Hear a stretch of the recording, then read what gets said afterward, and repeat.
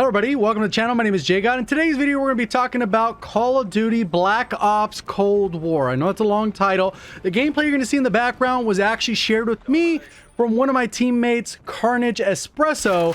And I'm going to go ahead and leave a link down to his channel. If you guys like staying up to date, news, all that type of stuff, definitely go check him out. He was able to get early footage because he was invited to a private gaming session. So all the gameplay in the background will definitely be his. And we're going to be in 4K today because he was able to actually record at that high resolution. And overall, today's video is just kind of about my overall thoughts. I was able to watch the live stream, the trailer, all the different various reveal, pretty much everything up to this point. And I feel like I got a good grasp of how the game looks. Obviously, it's in an alpha, so we don't see all the perks and stuff like that. So we're going to touch on various different things. If you do enjoy the video, learn something new, please do me a favor, hit that like button. Goal on today's video is 3,000 likes. And if you're brand new, looking to find your way back for more Call of Duty content, definitely make sure you subscribe with notifications on. So my initial thoughts are that it looks good. I like it. Obviously, I understand it's an alpha, so it's not as crystal clear as it's going to look.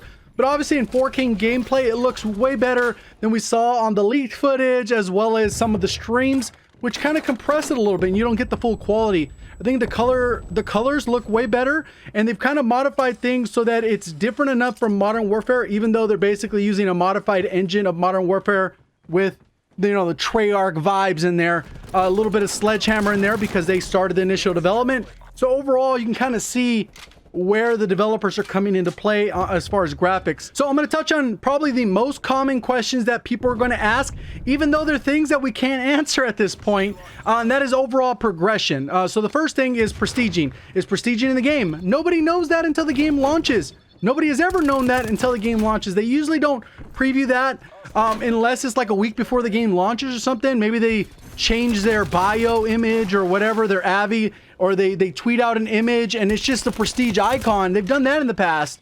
So we won't know until days before the game launches. It launches in the beginning of November. So we got a long way to wait before that.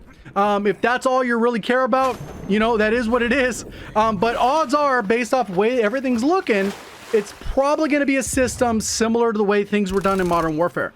Obviously, they can modify it, but because they're tying in the Warzone aspect, the way they talked about the progression in Cold War, all the weapon progression, same way in Modern Warfare translates to Warzone, stuff's going to translate to Warzone as well, but there's still not details. Are they just going to overhaul the movement? Are they going to change some of the other mechanics? Because there's a lot of mechanics that changed with this brand new version of Call of Duty that's going to be coming out compared to Modern Warfare. Especially if this is your first time playing Call of Duty from Modern Warfare, it's going to be a little bit of a transition, but a lot of these mechanics feel natural to anyone who's played Call of Duty more than like 3 or 4 years. The next thing people often ask about is supply drops, and there's probably no chance supply drops are in the game. I'm pretty sure that's kind of been confirmed because the system progression is going to be almost identical to what we have in Modern Warfare, where we have various seasons.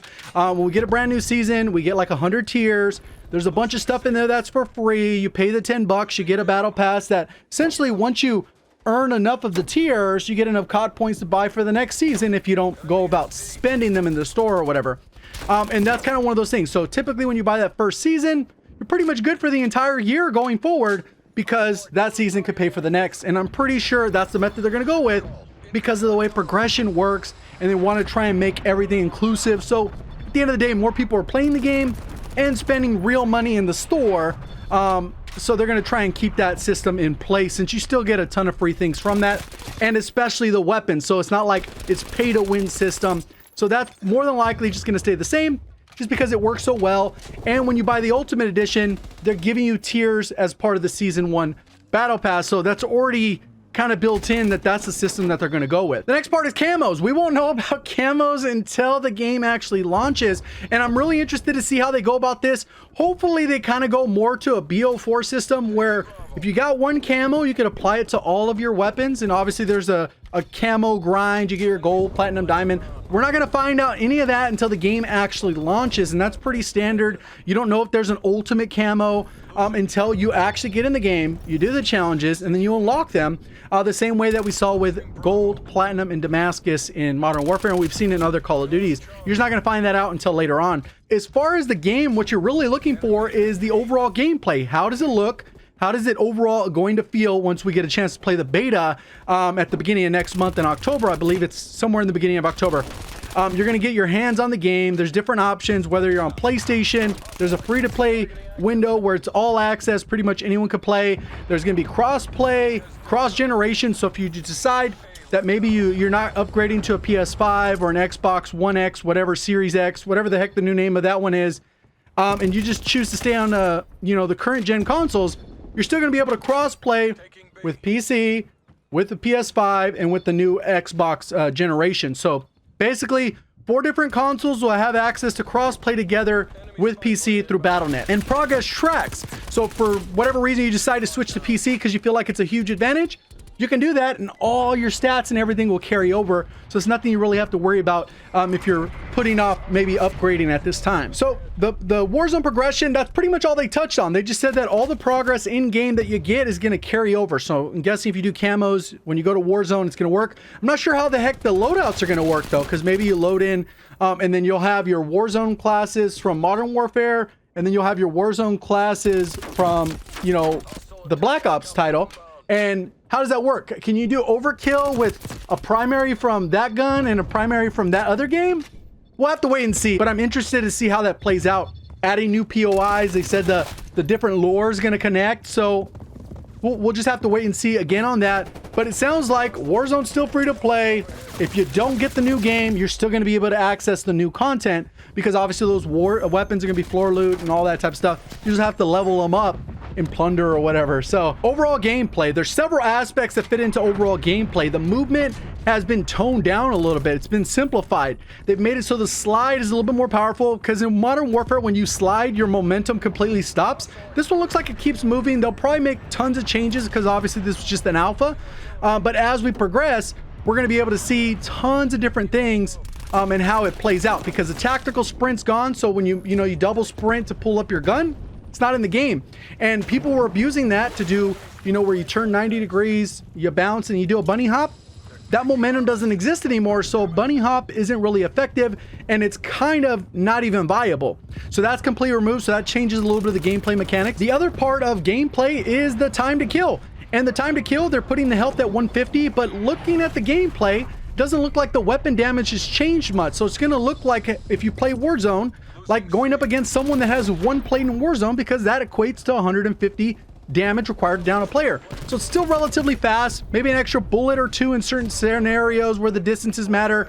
But overall, nothing crazy, and it feels a little bit faster, at least in terms of looks, than what we saw in BO4. You're not as you're not as tanky as you were in BO4 to just be able to run around and likely not get killed around corners. Gunplay looked almost identical to Modern Warfare in my opinion. The way the weapons looked, obviously the attachments have a little bit different cosmetic. There weren't any weapon inspects or anything like that.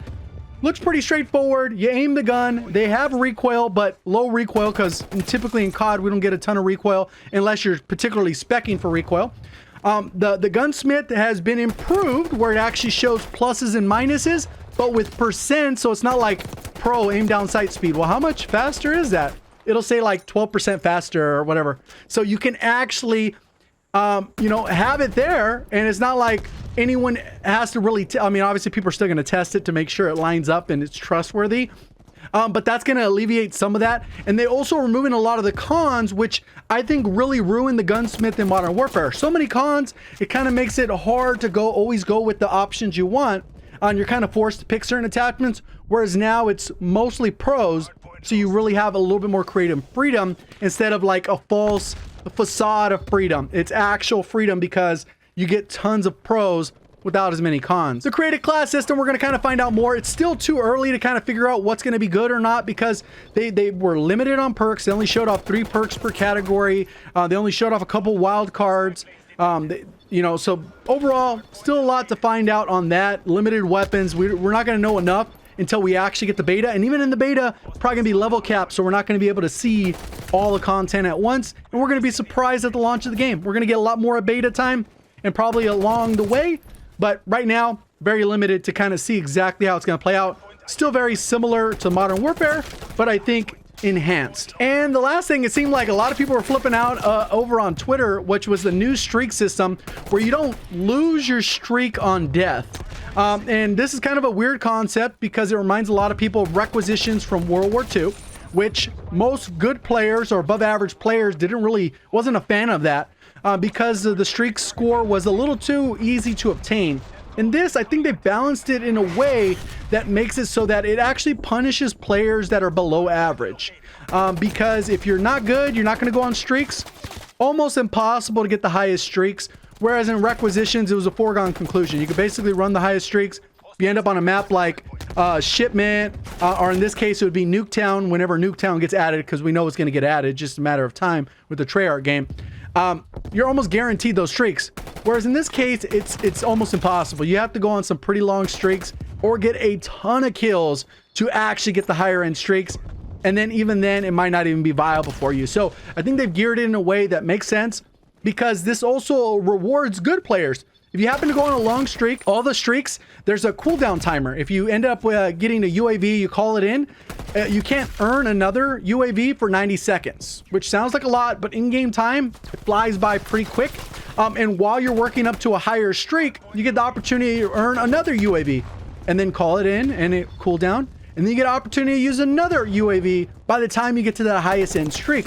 So whereas in before, like if you were on a long streak and you just happen to, you know, die because you can't call in more UAVs, then you're not able to get that final streak. Whereas in this case, you're able to get multiple UAVs and you don't really have to rely on teammates to call them in. So there's a lot of pros and cons into this. I know I'm going to dive into it a lot more once the game beta and we can actually play test and see how the scenarios play out. But overall, if you're a lower skilled player, you're probably going to run lower streaks, and earning those with the delay on, gonna be a little bit harder versus long streaks. Will probably on average take more than 90 seconds to get anyways. So you're not really being penalized. It's kind of like one of those things that in face value, it looks like it's hurting good players, but it's really only hurting average to below average players. So there's a lot of incentive to improve, which I'm 100% about. Next up with gameplay is the maps, and overall the maps look all pretty good. Some of them are a little bit big for my liking, but I'm sure with player counts they can manipulate that, where it's 20 versus 20, 15 versus 15, or something like that. So I think those are going to work out the kinks. What I did like is most of the maps were fairly open, fairly simple to understand. Even just watching the gameplay, looking at the maps for the first time, looked very intuitive on where things were. Obviously, people are going to learn how to exploit certain maps and certain positions being stronger than others, which is like normal in pretty much any Call of Duty. Understanding the spawns, there's a lot of variables that go into it. But overall, there wasn't any doors, there's no mounting. I didn't talk about that in the mechanics. There's no mounting. So I'm a fan of that, because that's going to increase the skill gap, where you don't end up having to mount up and a gun be a laser beam if people struggle with recoil control. They actually have to aim their gun and hit their shots. So I'm liking a lot of the changes. There wasn't looking like there was a ton of safe spaces. Even though some of the gameplay I saw, there's some pretty strong power positions, I feel like the maps were fairly good at face value. Obviously, once you play them, you're going to find out how they play. But overall, looked very good in my opinion. Next up is matchmaking. I know a lot of people are concerned about matchmaking, but there's so much stuff we won't find out until the game actually launches. And within the beta. So examples of that are skill-based matchmaking. The rumor is they're going to use a system similar to Modern Warfare, because being honest, skill-based matchmaking is basically run by Activision. So regardless of what Treyarch wants to do, they're not going to be able to do what they want the same way Infinity Ward is not able to do what they want when it comes to matchmaking. So I would expect there's going to be some kind of skill-based matchmaking, but with Treyarch games, there is typically going to be a ranked playlist in some kind. We had in BO4, BO2 are good examples of that ranked playlist. And there would be basically two categories. There'd probably be a casual playlist, which prioritizes ping because connection should be key, with light skill-based matchmaking, which protects the worst of players, or players with possible disabilities, so that they can still enjoy the game, and then throw the 90% average and above everyone else in another bracket, which would be considered casual play, prioritizing ping because connection should be important when you play a video game with people around the world casually. Then there should be a ranked playlist which sorts people based off skill. The better you do, the better people you go against, and you get ranks and rewards. That's the key. They need to reward it. Again, ranked isn't confirmed, but likely I would imagine it's going to be added in, just because overall I felt like it was positively received in BO4, so it would likely return, in my opinion, if it's one of those things that it seemed like people like, and it ends up fixing some of those issues with skill-based matchmaking that a lot of times makes it hard to play the game casually. And those ones obviously are going to deal with the higher ping, just because it's ranking you based off your skill and not trying to get you the best connection possible. So I would hope to see that very soon after launch. So the next part, there's two parts to it. There's map voting and the lobby staying intact. As soon as you end a match in Modern Warfare, basically load you up for a new queue for another random match. Hopefully this one you'll be able to pick your specific mode and your matchmaking for that mode only. Not the quick playlist like we've got in Modern Warfare. I don't really like that system. I like it. You click on TDM, you play TDM, and that's it. Pretty straightforward. And you queue up, and whoever's in the lobby after the match ends, they stay in the lobby. If they decide to leave, that's on them. And then whoever's in the lobby can vote on the next map, so that there's a little bit of preference in there versus having like 30 maps. You really can't vote, and you're just kind of waiting. And it's like, oh, I don't like that map. Let me back out. Oh, throw me a match in progress, even though I just finished a map. So a lot of issues with that. I think a simplified matchmaking system like we've had before just makes sense. Stay in the lobby. If you go against someone you think, oh man, that dude's a sweat, I'm gonna keep going against them. Good competition. Or you find people in a lobby, maybe they're talking trash. I mean, there's a lot of variables. So I covered most of the stuff that I thought needed to be talked about in my overall opinions. I kind of went through it as I went through my list of topics. So let me know your overall thoughts as we transition to another Call of Duty. I am debating on actually uploading more Call of Duty content, but actually on my second channel that I have. So if you're interested in just getting more Call of Duty content, maybe splitting multiplayer with Warzone or something like that, or maybe, I don't know, we'll figure it out. But if you are interested in getting more content, I would definitely go check out that channel, which will be linked near the top of the description. If you enjoyed the video or learned something new, please do me a favor, hit that like button. If you're brand new, want to find your way back for more Call of Duty content, make sure you are subscribed with notifications on. Appreciate all the support of the channel. Thank you for watching. As always, have a great day.